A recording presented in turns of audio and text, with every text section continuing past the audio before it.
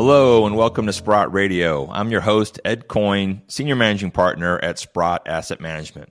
I'm pleased today to welcome back one of our very own, Maria Smirnova, Senior Portfolio Manager at Sprott Asset Management. Maria, thank you for joining Sprott Radio. Hi, Ed, and thanks everyone for joining us. Well, Maria, before we go into sort of the outlook on silver going forward, can you give us a quick recap of what happened in 2023 as relates to silver? Last year was not a great year for the silver price.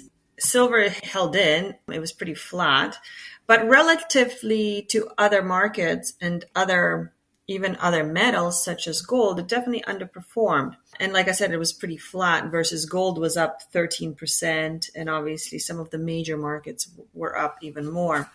But I would say that, one thing we should realize though, is on average, the silver price did improve for the year last year to $23.10 per ounce. And that was up from $21.73 per ounce in 2022.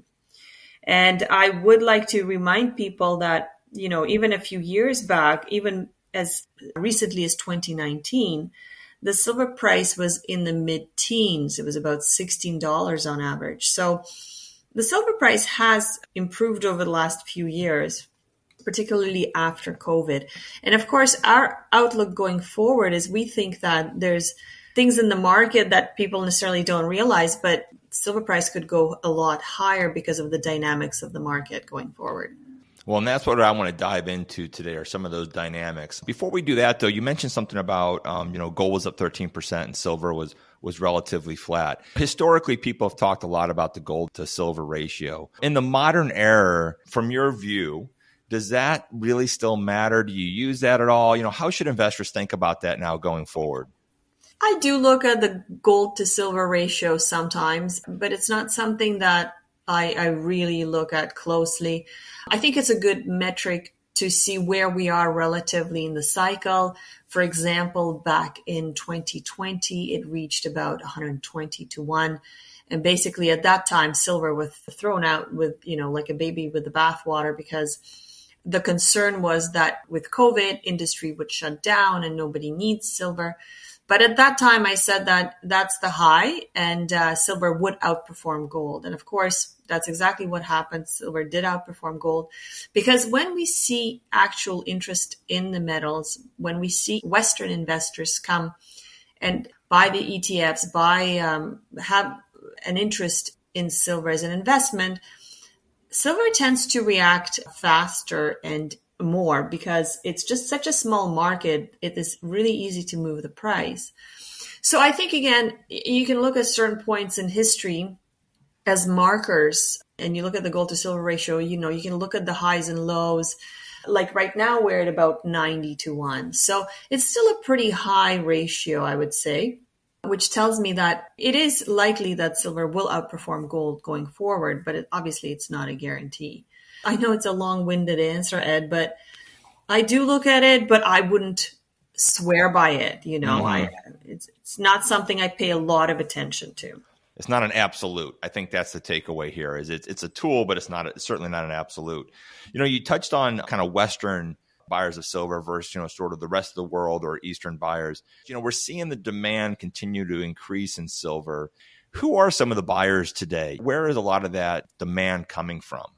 Silver has always been a metal of two heads, as I call it. And, half of the demand is industrial and the other half is investment and investment-like categories such as jewelry, silverware, and actual bar and coin investment. In recent times, though, that has been shifting and industrial demand has been gaining, relatively speaking. It now represents over half of total demand for silver. And that's the category that has been growing really strongly. In fact, projections are last year it hit a record high of 632 million ounces in a 1.1 or 1.2 billion ounce market. Of course, when we talk about investment demand, that's physical investment in coins and bars, which has been growing strongly. It hit a record in 2022. But projections are, and I say projections because we actually don't have final data for 2023, but projections are for last year for that demand to decline. Now, when I say Western investors, really the easiest gauge for that is ETFs or exchange traded funds. That's the most visible kind of number we can look at because it's on Bloomberg, it's on other data sources. So, we've seen outflows in ETFs. So I feel that obviously demand has been shifting from the West to the East in terms of investing demand. We are seeing record buying out of China recently. Trading in Shanghai has been really strong. In fact, Chinese are paying a premium for silver of about $2.50 or $2.70 per ounce sometimes. That's a pretty big premium, 10% or more, again, in a tiny market. So to answer your question, the short answer is industrial is gaining importance, number one. And the second takeaway is demand is shifted to the East for now. When we do have that Fed pivot or when we do have something in the economy that sparks investor demand over here in North America and in the West, that will potentially really drive prices higher. So that's kind of overall how I think about demand for silver. Okay, and speaking of that demand, or staying on that topic, you talk about industrial. That's a very broad net, right? So, what are some of the major industrial applications we're seeing today in silver? Well, of course, electronics are a big component of silver. Silver, as you know, is a great conductor of electricity. So, electronics and electrical applications represent a very big amount. Of course, we discuss solar or photovoltaics as a very important application, and that's something we focus on because that's a very fast growing segment. In fact, over the last 9 to 10 years, solar has grown about 16% per year on average. And in fact, last year it reached almost 190 million ounces. That's a record, and that's up from 140 million in 2022. So that's huge growth from, it started with a small base, obviously, but it's gaining importance as we go along, and projections are for that growth to continue because, number one, as governments seek cleaner air for their countries, there's definitely political/policy objectives for cleaner energy, and that's a wholly other subject, but I think investment in solar will continue. We've made projections and we've actually published an article stating that by 2030, we think that silver use in solar alone could easily reach 300 million ounces. Well, think about that. That's 30% of silver total supply. That includes mine and scrap supply. And that's an incremental over 100 million ounces that we'll need just for solar. That's about 10 big mines, 5 to 10 big mines. So that's another big use. Obviously, silver is used in electric vehicles as well, or vehicles in general. But as we transition from ICEs or internal combustion engines to electric vehicles and hybrids, the loadings of silver are increasing per vehicle. And so just by definition, as that ratio of electric vehicles increases, silver use is increasing as well. It's not as big of a use as solar currently, but it's definitely been growing at a good clip and will continue to do so. So those are kind of the major uses of silver in industrial. What's going on in the mining part of silver right now? So my job obviously is to meet with mining companies and track mining companies more so than the macro side of things because we invest in these companies. I try to find new projects specifically in silver. I always ask everyone, hey, give me silver ideas. And the truth is mine supply has been stagnant for the last 10 years. If we look back to 2013, mine production was at 845 million ounces. If we look back at last year, projections are for about 820 million ounces. Well, that's actually a decline of 25 million ounces. Now, last year was an anomaly because there was a big strike in Mexico that shut down some silver production at a big mine. But even in 2022, it was 837 million ounces. So the takeaway is mine supply has not changed in 10 years. Think about it, Ed. That is incredible to me, because obviously there are companies that are exploring silver. They're trying to find new deposits, build new mines. Well, we've gone nowhere in 10 years. And that's because, A, the silver price has been relatively weak, as we've discussed. There's not been much investment into exploration. Companies have not been able to get a lot of funding. So the focus has shifted to things like copper and lithium and nickel and even gold. But silver has been kind of left behind. And going forward, I would say that, again, I am always looking for new exploration stories.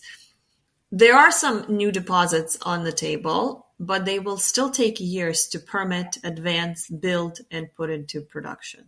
So in terms of the outlook for the mining side of things anyways, I wouldn't see spectacular growth. And on the scrap side, on the recycling side, it's the same thing. It's been exactly flat at about 180 million ounces a year since 2013 for the last 10 years. And the story there is simple. Recycling is quite price sensitive. And because, again, silver prices have not been very high, there's not been that incentive to recycle. And as we go forward, by the way, and if we think about, again, solar panels, I don't even know if they're recycled, but solar panels are hard to recycle. And a lot of the uses that we think about, if you think about a car or your phone or a TV, silver goes into these things in relatively small amounts, meaning there's not much incentive to get it out. The technology is not necessarily there to get the silver out. So a lot of the silver that goes into industry is never to be seen again. So what is recycled? Well, it's things like spoons and forks, silverware, jewelry is recycled, things that kind of are easier to melt down for scrap. So that's kind of the picture, For the supply side of things, it's really, I don't see much growth coming up from anywhere. So it's interesting then, as the demand kind of continues to creep up, whether it's solar or whether it's industrial in general, the auto industry and so forth, you got to believe that there'll be a pinch point somewhere along the way, and we're not here to prognosticate where the price is headed, but do you see an environment where silver could touch new highs?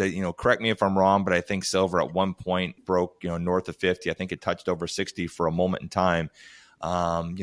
That's before we get into inflation-adjusted numbers. Do you see that kind of parabolic move again potentially in silver because this demand continues to grow and supply has been relatively flat? How should investors be thinking about that as they look to potentially add this to their portfolio? Yeah, that's an excellent question, Ed. One of the pushbacks, despite these continued supply-demand deficits in silver, the pushback has been on-the-ground inventories. Silver is held in London at the LBMA. Silver is held at the COMEX. Also in Shanghai, there's inventories. In recent years, those above ground inventories have been over 1 billion ounces. Now, what's happened with the recent deficits, we have taken a chunk out of those ETFs of about 400 million ounces. If that continues, in other words, if these deficits continue to translate into a reduction in above ground inventories, that's something we need to watch, obviously. And yes, there will be a pinch point then. And by the way, a lot of the LBMA inventories are actually not freely available. They're actually held by they're accounted for the exchange traded funds. Mm-hmm. So we can't actually look at all these inventories and say they're available. But that's an aside. That's another point. Just in general, what I am looking for is the continued reduction in the inventories. The silver could very well play out kind of like palladium did a few years back, where people ignored deficits. There was deficit after deficit, a year after year. And at some point, palladium price just exploded. So sometimes it just takes a while and a few years of things to reach that pinch point, after which there's nowhere for the price to go but up. Not to draw any parallels, but we've certainly seen that in uranium the last couple of years. It was ignored for better part of a decade, and then the world sort of woke up and certainly took off. And again, not to draw a direct parallel to the two, but it sort of feels like that's brewing in the silver market as well. What other topics should we be talking about, or things that I didn't ask that you think investors would benefit from listening to this podcast? Is there anything that I didn't bring up that you'd want to leave the listeners with? One thing we did not talk about is silver equities themselves. Yes, let's talk about that. The miners, the producers, and the explorers. And they've really, like I said, they've really had a hard time, and they've reached valuations that are at funny levels nowadays. If you look kind of at most financial/valuation metrics, silver equities are by no means expensive, and in fact, they're quite cheap. People ask me all the time, why is that? Why is there no interest in the equities? And I'm not quite certain. All I know is that there's been no interest. Meanwhile, the Magnificent Seven is reaching bubble proportions. Right. So I think people have been focused elsewhere, and there's been no need to look at gold and silver equities. Gold equities are in a similar position, by the way, because the economy's ticking away, unemployment is low, there's quote unquote no crisis. Who needs gold and silver equities? Well, I can't predict the future, but I think there will be a time when that changes. And like I said, demand has already been shifting to the East. So as you know, people in the East are long-term thinkers, and they position for the future. So I think we in the West should wake up and have the same type of interest, because these are strategic resources, right? These are things we'll need, especially silver. I consider silver a critical mineral. It is a critical mineral, even though it's not really on the critical mineral lists, not in Canada, not in the US, unfortunately. Not sure why that is, but it is. It's a metal for the future. And as we've discussed, those futuristic type uses are already growing at a fast clip. To me, silver is very important, and I think we do need to invest in the miners to secure that future, right? So I'm very interested in the miners, and I'm very interested in silver bullion as well. I think both are good ways to play. It'll take a bit of time, I think, for the interest to come back in the equity space. Yeah, I think you touched on a great point, which is silver really is the metal of the future. I mean, copper has gotten a resurgence as it's needed more and more in technology. You can't move, electricity from point A to point B without it. And it feels like silver is kind of in the same category. People have thought about it one way for so long that they can't really open their mind to it as a modern metal in a lot of ways. So I think there's some exciting times to come for silver, and we'll continue to lean on you and your expertise to help us kind of guide our way through these opportunities. Maria, I always appreciate you taking the time to give us some updates of what's going on in the space. So thank you for once again making the time today to be on Sprott Radio. Thank you, and have a wonderful day. Thank you. And for all the listeners that want to learn more about Maria and her work and really all the research that we do on silver, I encourage you, as always, to visit us at sprott.com. That's SPROTT.com and get some updates on what we're doing in the silver space, whether it's on the physical side or the equity side. Once again, I'm your host, Ed Coyne, and thank you for listening to Sprott Radio. This podcast is provided for information purposes only from sources believed to be reliable. However, Sprott does not warrant its completeness or accuracy. Any opinions and estimates constitute our judgment as of the date of this material and are subject to change without notice. Past performance is not indicative of future results. This communication is not intended as an offer or solicitation for the purchase or sale of any financial instrument. Any opinions and recommendations herein do not take into account individual client circumstances, objectives, or needs, and are not intended as recommendations of particular securities, financial instruments, or strategies. You must make your own independent decisions regarding any securities, financial instruments, or strategies mentioned or related to the information herein. This communication may not be redistributed or retransmitted in whole or in part or in any form or manner without the express written consent of Sprott. Any unauthorized use or disclosure is prohibited. Receipt and review of this information constitutes your agreement not to redistribute or retransmit the contents and information contained in this communication without first obtaining express permission from an authorized officer of Sprott.